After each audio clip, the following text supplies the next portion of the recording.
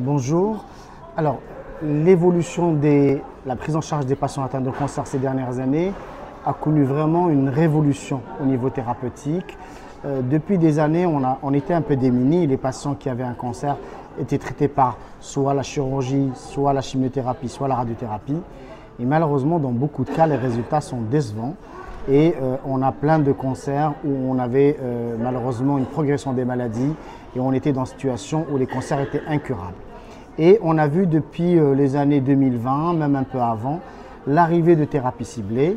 Le principe des thérapies ciblées, c'est qu'on va regarder un peu la cellule cancéreuse, on va voir un peu son fonctionnement et on va essayer de fabriquer un médicament qui va agir spécifiquement sur la cellule cancéreuse. Et alors on a plusieurs classes de traitements. On a ce qu'on appelle les anticorps monoclonaux, on a les inhibiteurs de l'angiogénèse, bref, on a énormément de traitements et on est vraiment dans une thérapie ciblée, c'est-à-dire ce type de traitements vont agir sur la cellule cancéreuse et ça évite aussi d'atteindre les cellules qui ne sont pas malades. Quand on fait une chimiothérapie à quelqu'un, on va agir sur les bonnes et les mauvaises cellules, ce qui explique un peu la toxicité, la chute de cheveux, tous les problèmes qu'on peut avoir avec la chimiothérapie. Avec les thérapies ciblées, et donc on a moins ces problèmes-là, on a d'autres effets secondaires mais qui sont différents, on va agir sur la cellule cancéreuse et on épargne les autres cellules.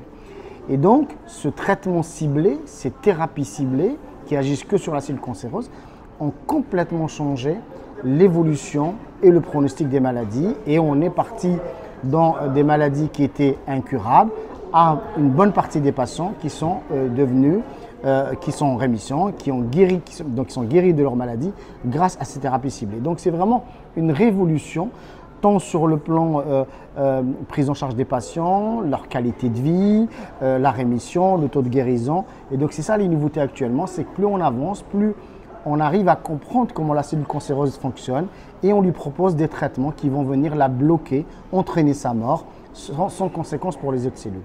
Alors l'avenir, j'espère qu'un pays comme l'Algérie, on a déjà pas mal de thérapies ciblées, c'est que ces thérapies ciblées soient disponibles et qu'on puisse les utiliser pour l'ensemble des patients, notamment en Algérie, puisqu'on a montré justement leurs preuves. Et pour qu'il y ait également une égalité de chance, c'est-à-dire un patient qui est en Algérie va avoir les mêmes chances de guérison que n'importe quel patient ailleurs grâce à ces thérapies ciblées qui ont vraiment apporté un réel plus dans la prise en charge de leur maladie. Donc moi j'espère que dans l'avenir, on aura toutes ces molécules disponibles et on va proposer un traitement à la carte pour les patients.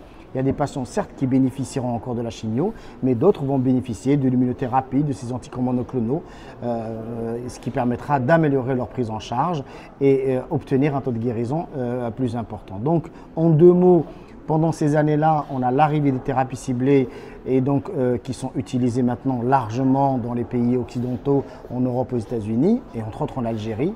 Et le deuxième mot que j'ai à dire, j'espère qu'on aura de plus en plus de ces thérapies ciblées pour nos patients algériens, ce qui permettra d'améliorer leur prise en charge dans le cadre de leur cancer.